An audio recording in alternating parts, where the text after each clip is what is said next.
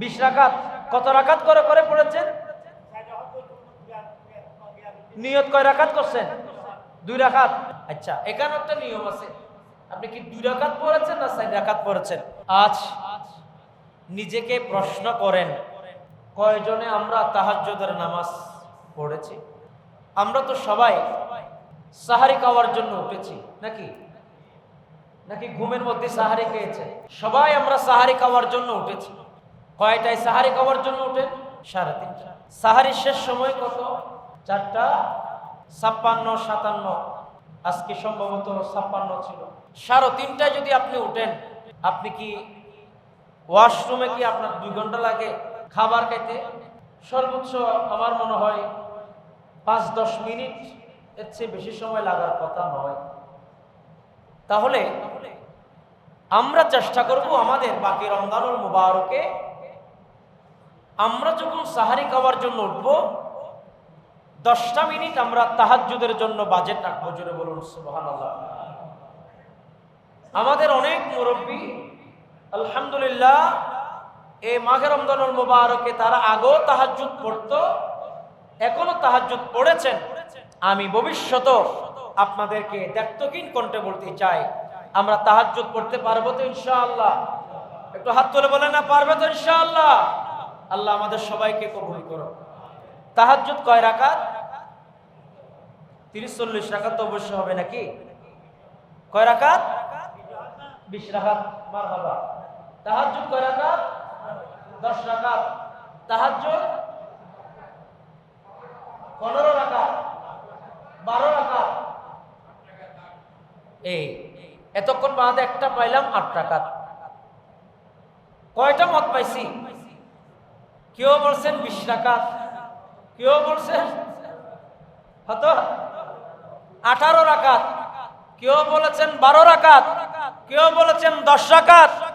মাত্র একজন মানুষ, একজন ভাই বলেছেন 8 রাকাত। অথচ তাহাজ্জুদের নামাজ আপনি উপরে অনেক পড়তে পারেন, কিন্তু তাহাজ্জুদের যে হাদিস এখানে আছে 8 রাকাত। একটু জোরে বলুন না সুবহানাল্লাহ। আমরা মুসলমান, কিন্তু আমরা এটা চর্চা হয় না বিদায় ভুলে যায়। এটা কোনো অপরাধ না, এটা গুনাহ না। যারা 12 রাকাত বলেছেন তারা সওয়াব পাবে। 12 রাকাত বলেছেন তারা কি পাবে? সওয়াব পাবে। তারা 12 রাকাত পড়ে আসছে, তার মানে অতিরিক্ত কয় রাকাত? আরো 4 রাকাত বেশি বুঝছি, ইয়ার হলো সওয়াব বেশি পাবে। আমিন হ। জিবা 18 রাকাত তুই এবার তোরে আজীবন 18 রাকাত পড়ে এসছি, তোর এবার সওয়াব পাই না নবা ভাই? তোরে এবার কোন আল্লাহ কবুল করি ফেলেই। জিবাই 12 রাকাত তুই ইবো ভাই সওয়াব, জিবা 18 রাকাত ভাই ইবো ভাই সওয়াব। কিন্তু দুঃখজনক তাহাজ্জুদের নিয়ম যেটা কয় রাকাত সেটা আমরা আজকে থেকে শিখে নিলাম। তাহাজ্জুদ কমসে কম কয় রাকাত পড়বেন? 8 রাকাত। কয় রাকাত? আরো জোরে বলেন না। 8 রাকাত। এই 8 রাকাতের তাহাজ্জুদের হাদিসকে আমাদের দেশে অনেক আহলে হাদিসরা তারা বলছে তারাবির নামাজ 8 রাকাত। জোরে বলুন না নাউজুবিল্লাহ। তাহলে আমরা আজকে একটা জিনিস জানলাম, আজকে থেকে আমরা কখনো সাহারিতে ওঠার পরে আমরা কখনো তাহাজ্জুদ মিস করব না। আমরা সবাই ইনশাআল্লাহ তাহাজ্জুদ পড়ার চেষ্টা করব। আমিন বলেন। আমার মুরব্বী জানতে চেয়েছেন কয় রাকাত পড়েছেন? 20 রাকাত। কত রাকাত করে করে পড়েছেন? নিয়ত কয় রাকাত করছেন? 2 রাকাত। আচ্ছা, এখানে একটা নিয়ম আছে। আপনি কি 2 রাকাত পড়েছেন না 4 রাকাত পড়েছেন? আমার মুরব্বী প্রশ্ন করেছেন, তিনি রমজান আসা পর্যন্ত তিনি 20 রাকাত নামাজ পড়েছে, 2 রাকাত করে পড়ে। তিনি বলছেন এটা হয়েছে কিনা? আপনার তাহাজ্জুদের নামাজ হয়ে গেছে, তবে হাদিসে আছে 8 রাকাতের উপরে যা পড়তে পারেন এটা বরকত। কিন্তু আপনাকে জানিয়ে রাখতে হবে তাহাজ্জুদের নামাজ কয় রাকাত? 8 রাকাত। জানার পরে আপনি যদি আরো বেশি পড়তে পারেন এতে কোনো শরীয়তে অসুবিধা নেই, বরং আপনি সওয়াব বেশি পাইছেন। কি পাইছে? বেশি পাইছেন। আপনার রুকু সিজদা বেশি হয়েছে, আপনার জিকির বেশি হয়েছে, আল্লাহর ইবাদত বেশি হয়েছে। এজন্য না জানা অবস্থায়ও কিছু কিছু ইবাদত আল্লাহর দরবারে বেশি সওয়াবের ভাগে হয়। আমিন বলেন আমিন। আশা করি উত্তরগান পাইউন। উত্তর কি পেয়েছেন? তাহলে তাহাজ্জুদের নামাজ কয় রাকাত? মূলত 8 রাকাত। আপনি যেহেতু পড়েছেন, পূর্বের গুলো আল্লাহ কবুল করে ফেলেছেন। পূর্বের গুলা আল্লাহর দরবার কি হয়ে গেছে? কবুল হয়ে গেছে। এখানে কোনো ধরনের সন্দেহ নেই। 2 রাকাত করে করে পড়বেন। তাহাজ্জুদের নামাজ কয় রাকাত করে করে পড়েন? 2 রাকাত করে করে 8 রাকাত নামাজ পড়বেন। আল্লাহ আমাদের সবাইকে কবুল করো। আচ্ছা, একজন ব্যক্তি রাসূলের দরবারে গিয়ে বললেন, ইয়া রাসূলুল্লাহ, আমি তো রোজা রেখেছি, আমার স্ত্রীও রোজা রেখেছিলেন, তো আমি খেয়াল করতে পারি নাই আমরা যে রোজাদার। রোজা অবস্থায় যা করা যায় না এমন কাজ আমি করে ফেলেছি। ইয়া রাসূলুল্লাহ, আমার অপরাধ আল্লাহর দরবারে কি ক্ষমা হবে? নবীর দরবারে এই কথা বললেন।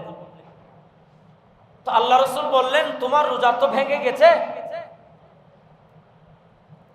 যদি তুমি ইচ্ছাকৃতভাবে করো তাহলে তোমাকে লাগাতার 60টা রোজা রাখতে হবে। কয়টা রোজা? 60টা। বল, তুমি কি পারবে? বলে, ইয়া রাসূলুল্লাহ, আমি পারবো না। আচ্ছা, 60 জন মিসকিনকে খানা খাওয়াতে হবে, তুমি কি পারবে? ইয়া রাসূলুল্লাহ, আমি পারবো না। তুমি এটাও পারো না, ওইটাও পারো না, কি পারো? রাসূল রাগান্বিত হয়ে গেলেন। আর তুমি 60টা রোজা যদি রাখতে না পারো তাহলে তুমি 60 জনের জিরকি কি খাওয়াবে? খানা খাওয়াবে। তুমি এটাও পারো না, সবর করো। রাসূলের দরবারে এক জুড়ি খেজুর আসলেন। আল্লাহ রাসূল সাল্লাল্লাহু আলাইহি ওয়াসাল্লাম বললেন, এই নবী সাহাবী সালমা ইবনে সাদার তার নাম ছিল।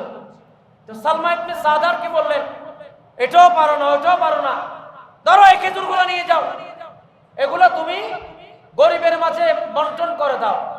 তো ওই ব্যক্তি বললেন, সালমা বললেন, ইয়া রাসূলুল্লাহ, আমার চেয়ে গরিব মক্কা মদিনাতে কে আছে?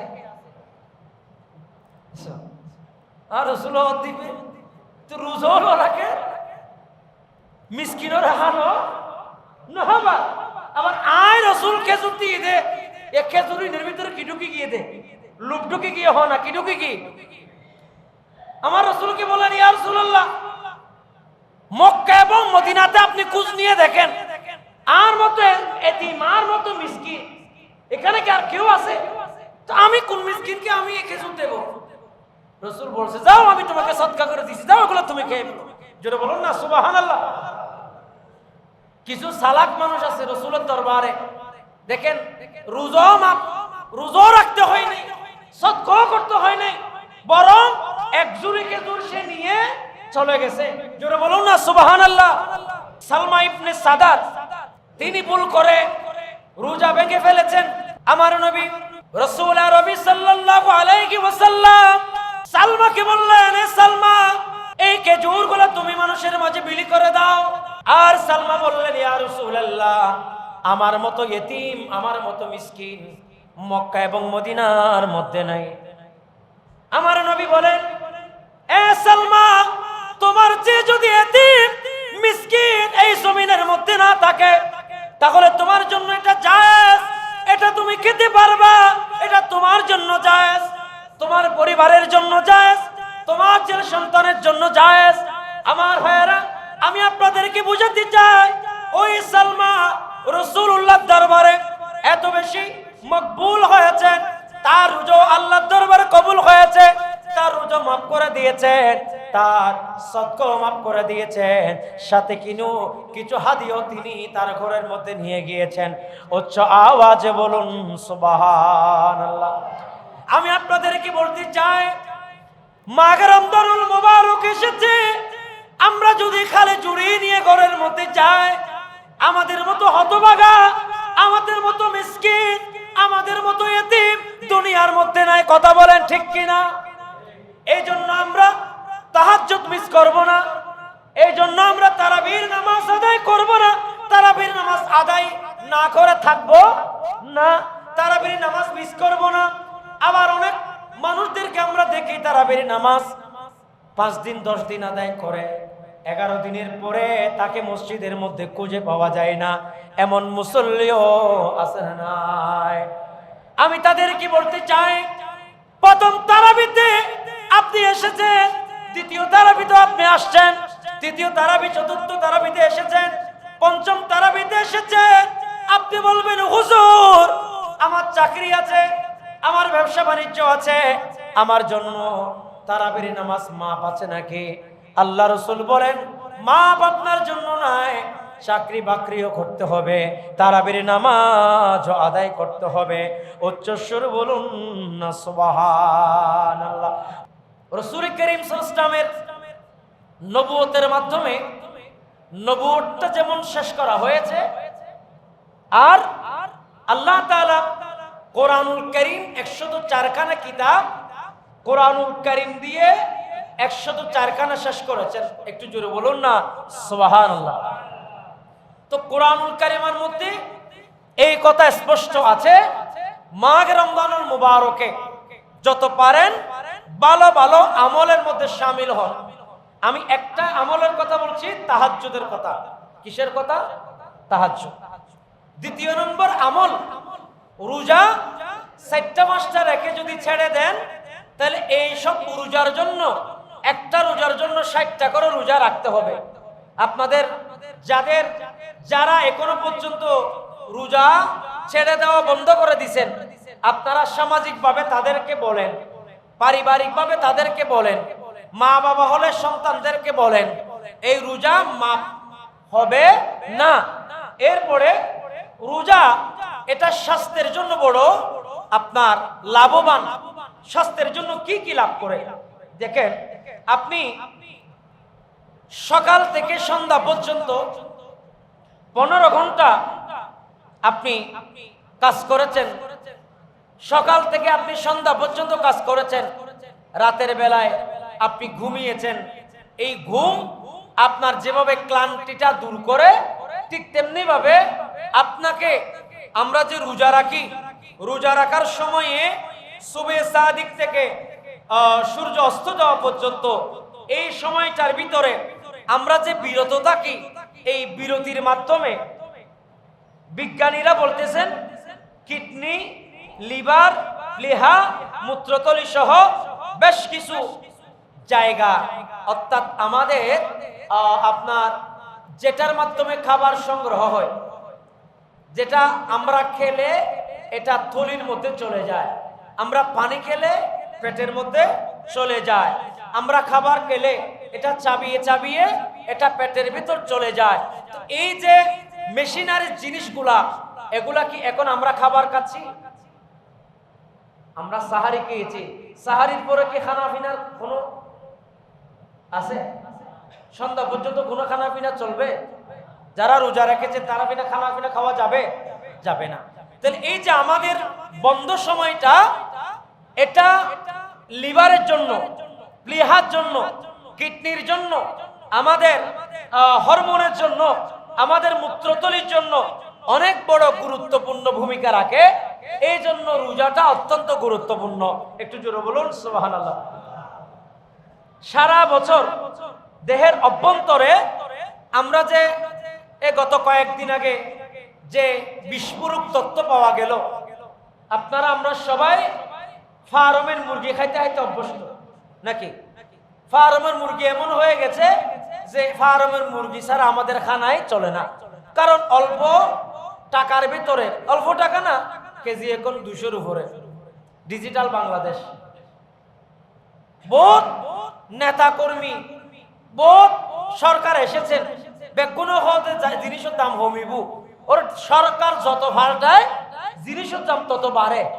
আর দেশে লেখায় না বুঝি, হ্যাঁ অন্তর্বর্তী হ, তমবর্তী হ, ইটার আগে যারা আসিল ইতরও হ্যাঁ হানা ফিনার দামে বেড়ে তারা ক্ষমতা তাহলে সময় ফেলা, হ্যাঁ ইটারা 18 মাস আসিল দিতরও মাশাআল্লাহ বেড়া সময় ফেলা এনে মানা টিয়া ছাড়া ওনারা হানা দিব দে। এখন যারা শীতেরারও হই খানা পিনার দাম, এই পণ্য সামগ্রীর দাম যেভাবে দিন দিন বাড়ছে, এইভাবে যদি বাড়তে থাকে মানুষের ভিতর একটা ক্ষোভের সৃষ্টি হবে। মানুষ যদি ভালো মতো খানা পিনা খাইতে না পারে, তো আপনার এই বালা বালা কথা, বালা বালা মেসেজ দিয়ে আমার গা জোড়াবে? আমার গা জোড়াবে না। আপনি দেশের মধ্যে খানা পিনা, আমাদের পণ্য সামগ্রীর দামটা বাড়িয়ে দেন, দেখবো আপনার সরকারের ক্ষমতা কেমন। তাই বুঝবো আপনার সরকারে দুর্নীতি হয় না, চাঁদাবাজ হয় না, আপনার সরকারে টাকা পয়সার মুদ্রাস্ফীতি বাড়ে না। এখন তো সরকার পতন হলে বোঝা যায় হন্য হদুন টিয়া চুরি হচ্ছে। সরকার থাকিল মা দেশের রিজার্ভ ব্যাংক বলে একেবারে পুরে গিয়ে গুই আগর গো একেবারে বেকুল গিয়ে গুই আরা বেকিন করে দি ইতারা যেতে গিয়ে এখন তল বাইরতে ইতারা হত বড় ডাহাত আর বাটবার চুরি ডাকাতির মধ্যে ছিল, এখন এদের তলে গুলা বের হচ্ছে। এজন্য এখন যারা আছে এরাও যখন হয়তোবা এক সময় চলে যেতে হবে, যাবেন সময়ের কারণে হয়তোবা ক্ষমতার কারণে। বাংলাদেশের নিয়মটা তো এরকম, আমি আবার জোর করে কাউকে নিয়ে যাচ্ছি না। তো তাদেরও এই অবস্থা যাতে না হয় এটা আমাদের বুঝার দরকার। আমিন বলেন না আমিন। আমি আমার মূল বিষয় ওখানে যে ফার্মের মুরগি খাওয়ার কারণে আমাদের শরীরের মধ্যে নাকি বিষ ঢুকে যাচ্ছে। ইয়াং জেনারেশন কিছু কিছু ইয়াং মানুষ মারা যাচ্ছে। ডাক্তার বিস্ফোরক তথ্য দিয়েছেন যে এই তার কিডনিটা মূলত বাস্ট হয়েছে ফার্মের মুরগি থেকে, একটা জীবাণু তার কিডনির ভিতর ঢুকে গেছে। চিন্তা করে দেখেন কি পরিমাণ ফার্মের ভিতরে মানে বিস্ফোরক আছে, তারপরে কিন্তু আমরা খাচ্ছি। জীবন বাঁচাতে হলে খেতে হচ্ছে। তো আমি আপনাদেরকে বলছি 11 মাস আমরা দিনের বেলায় কোনো আমাদের কি নেই, বিরতি নেই, কিন্তু 11 মাসের পরে 12টা মাস মাঘ রমজানুল মুবারকে আপনার 12 মাসের মাথায় একটা মাস যখন আমরা 1 মাস ধরে যখন আমরা এটার মধ্যে বিরত থাকি, তো আমাদের ভিতর থেকে আল্লাহ তাআলা অনেক বড় বিপদ আপদ থেকে, ওই যে বড় বড় রোগ থেকে আল্লাহ 11 মাসের ব্যাকআপটা 1 মাস দিয়ে দেয়। জোরে বলুন না সুবহানাল্লাহ।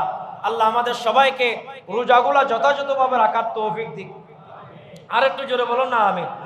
রোজা যে কারণে আপনাদেরকে কাফারা দিতে হয়, কাজা, বিশেষ করে রোজা কাজা এবং কাফারা দিতে হয়।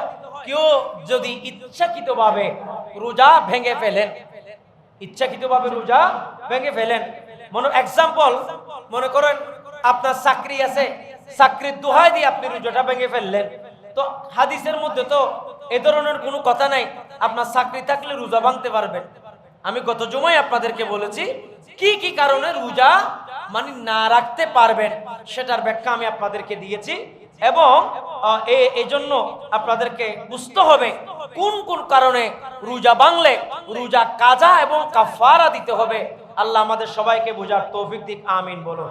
এবং রোজা যে কারণে কাজা দিতে হয়, মনে করুন বিলম্বে আপনি উঠছেন, বিলম্বে মানে মনে করুন সাহারির টাইম শেষে গিয়ে আপনি এখন মনে করেছেন সাহারির টাইম আছে মনে করে খানা পিনা খাই ফেলছেন, আপনি গড়ির টাইম দেখতেছেন, এখন তখন বাজতেছে 6টা, তখন বাজতেছে 6টা। তো এখন কি করবেন? বিলম্বে জাগরিত হওয়ার পরে আপনি সময় আছে মনে করে খেয়ে ফেলেছেন, সেই দিন আপনি রোজা রাখবেন, এটা ভাঙবেন না।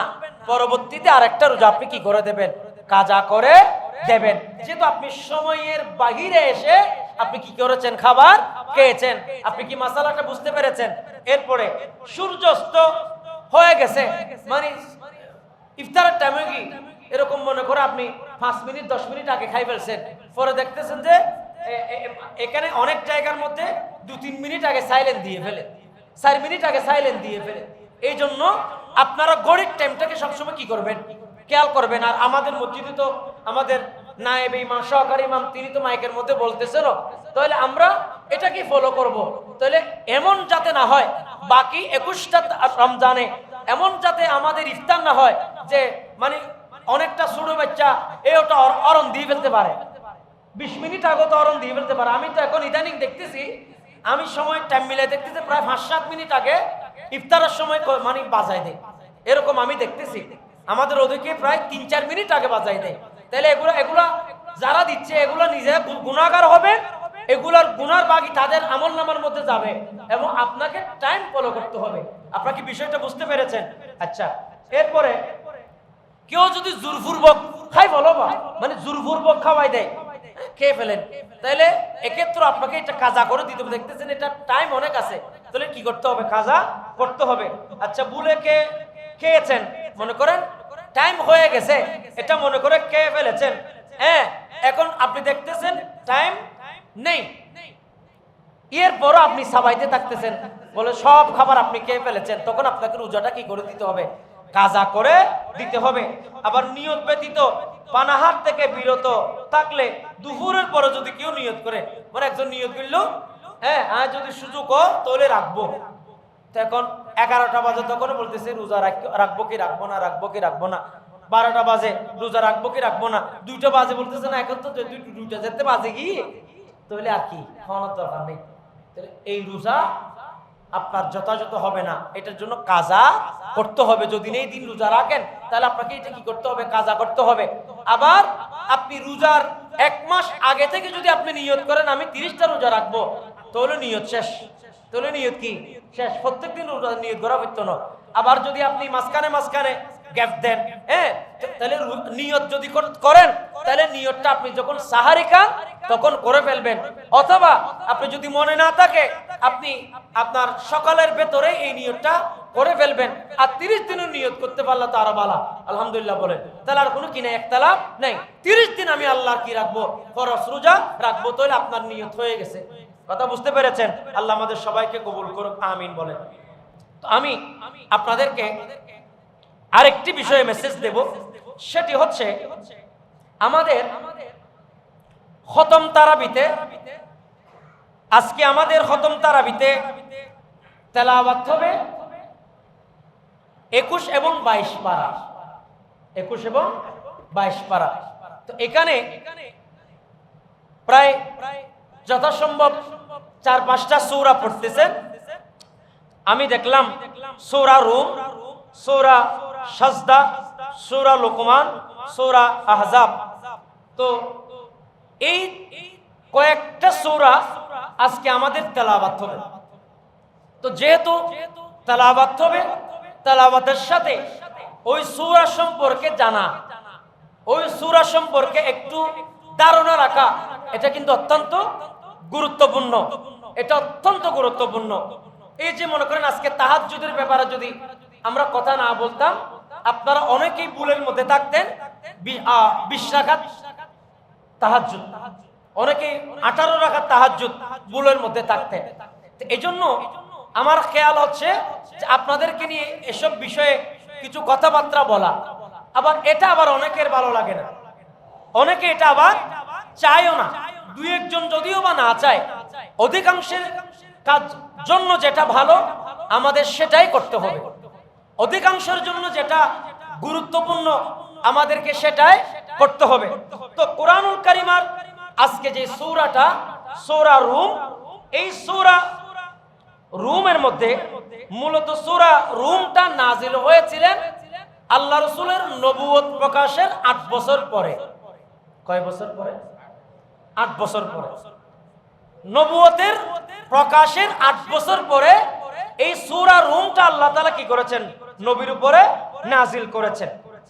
আর বিশেষ করে এখানে আমি তাফসীরে দেখলাম ফুকাস নামক একজন ব্যক্তি, সেই তার ক্ষমতার মধ্যে আসলেন, সিংহাসনের মধ্যে আসলেন, রাজকীয় সিংহাসন অর্থাৎ ক্ষমতার মধ্যে অধিষ্ঠিত হলেন।